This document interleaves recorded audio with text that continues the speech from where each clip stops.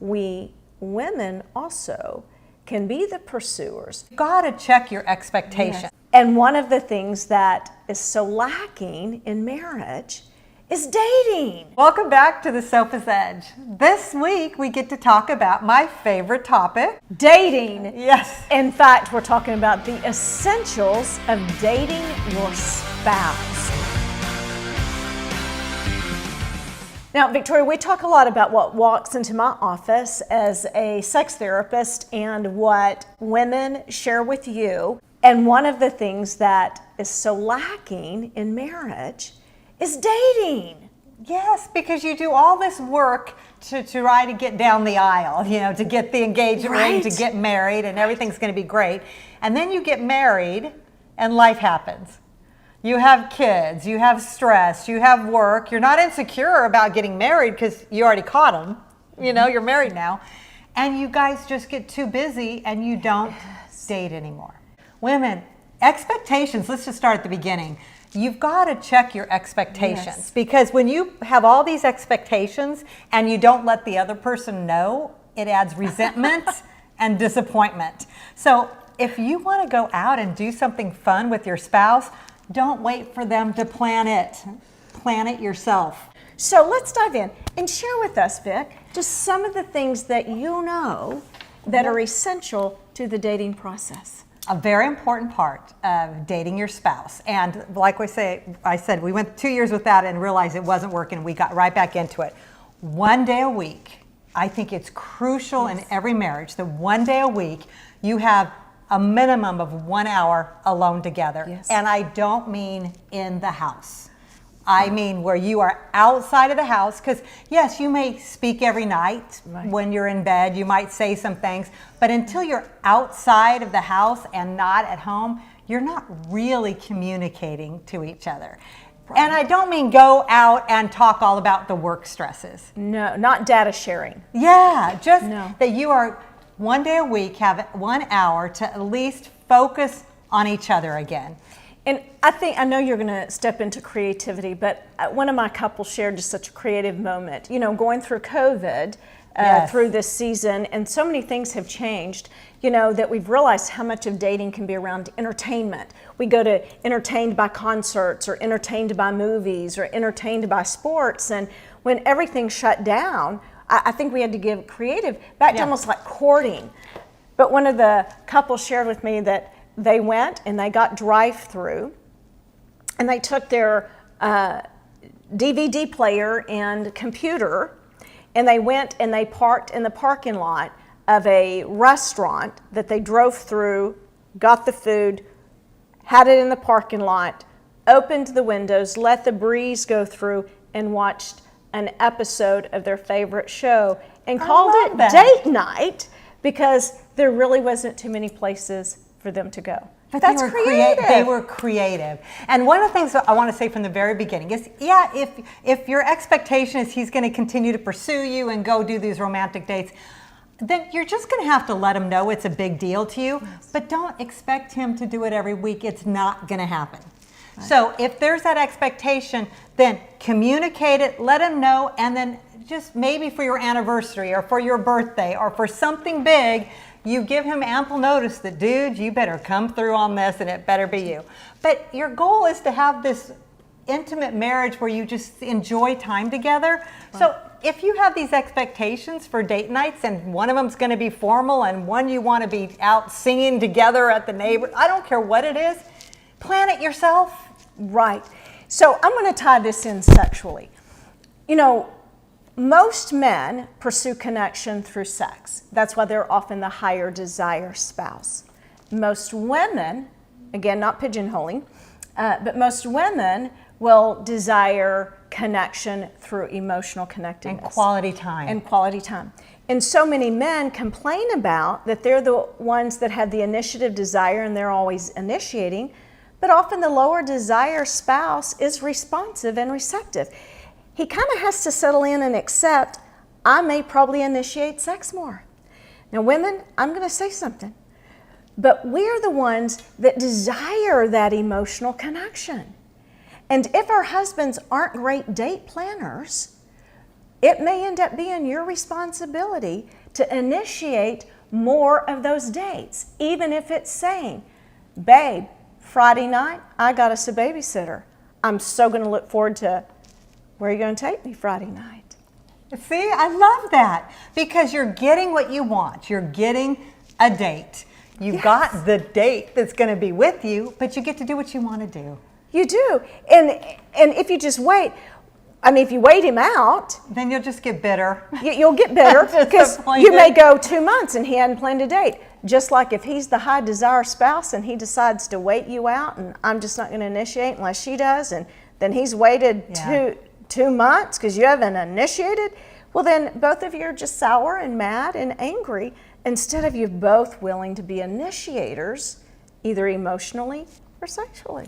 And before we dive into, we have some really creative ideas for you, but before we dive into that, I want to say how important it is that we compromise and know that it can't always be just what we want to do. And it can't always be just what he wants to do. And I will say, my husband and I have different musical taste. I mean, he likes some of the music I like, but some of the music he likes I just don't like. I just don't get his musical taste.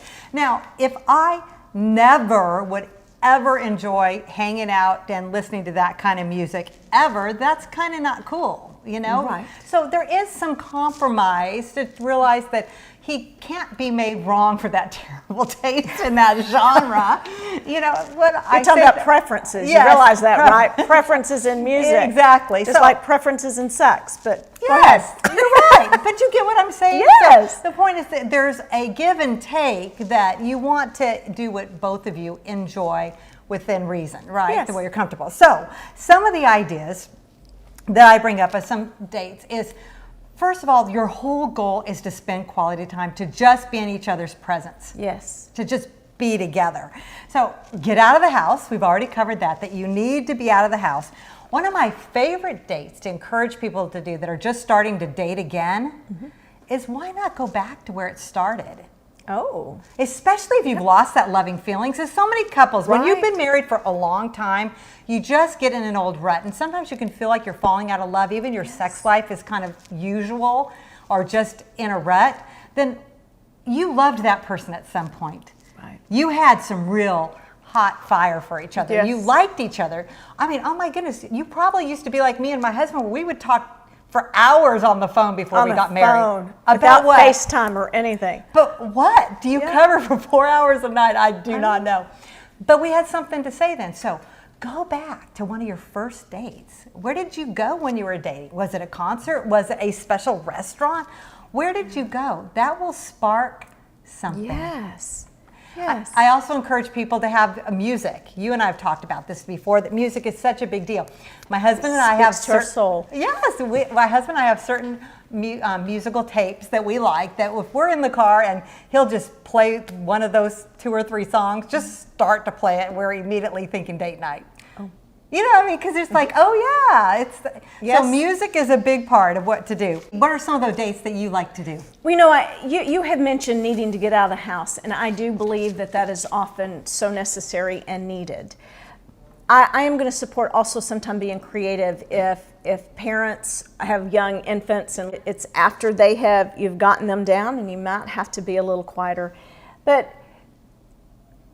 tying in music, it may be that you get some of your favorite songs out, you clear back the sofa and the coffee table, and you just dance. And maybe it's slow dancing and you do some slow dance songs together.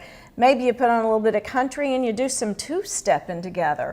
Or then you just put on that good rock music that he likes or the soul music that you like, and be willing to have just a dance fest with one another. And people say that's silly, or if they can't imagine, but I just challenge you to try it. Yeah. It's at least a time, and there's something so sensual about dancing. And to be able to dance with your spouse, even if you're not good dancers.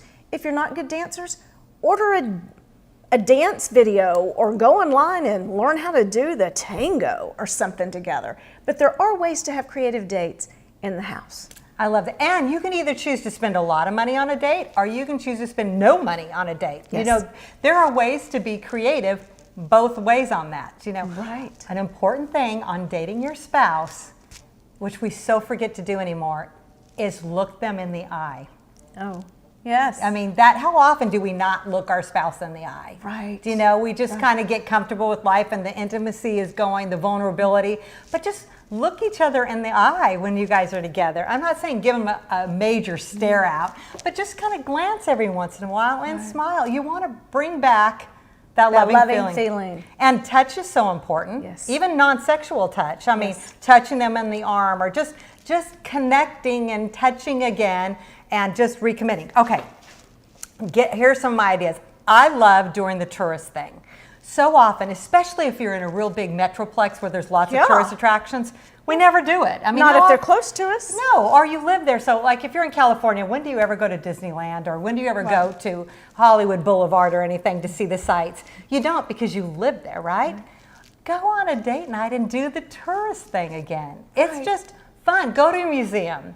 Or the carriage around the park closest to you, the carriage ride. But there's usually one in your city somewhere. Walk to a park. Go, just do something that you would normally think, oh, that'd be fun to do, and you just don't do it. And often touristy things are free or low cost. Some of them are.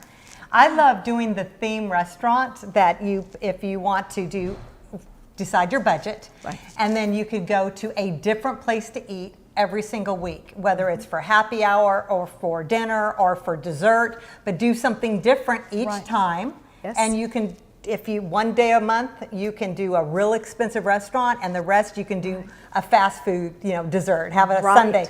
But just plan it out ahead of time that you just want to try to relive the fun, And it gives you both a chance to be creative and to pursue one another. And I will say, wives, if you've got children at home and you usually have the contact with the babysitter, and I realize that's not all the case. Sometimes the husbands have the contact with who takes care of the kids.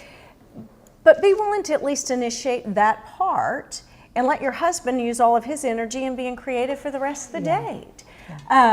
So there's so many ways to enjoy one another. And I will say what has to be off the table, though, date nights aren't for data sharing. Right. They're So not important. for talking about children, and they're not for talking about work.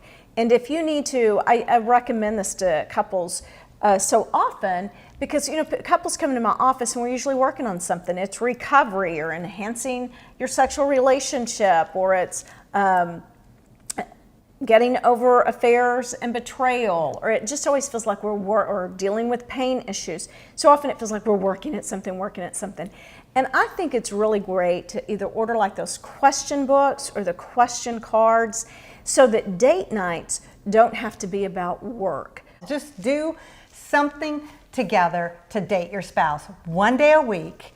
Be alone for at least 1 hour, or separate in the house, 1 hour that's not in the bedroom, where you just connect with each other. And if you have to discuss something in your life, and we're not saying you're not allowed to discuss any issues, the goal is that you want to just connect again. Okay, well, I hope that gave you some insights of some great ways to get to know your spouse again and bring back that loving feeling through date night. Please click subscribe so you can hear about our upcoming episodes. I'm your love and life coach, Victoria Rogers, with Debbie Wade. See you next time on The Sofa's Edge.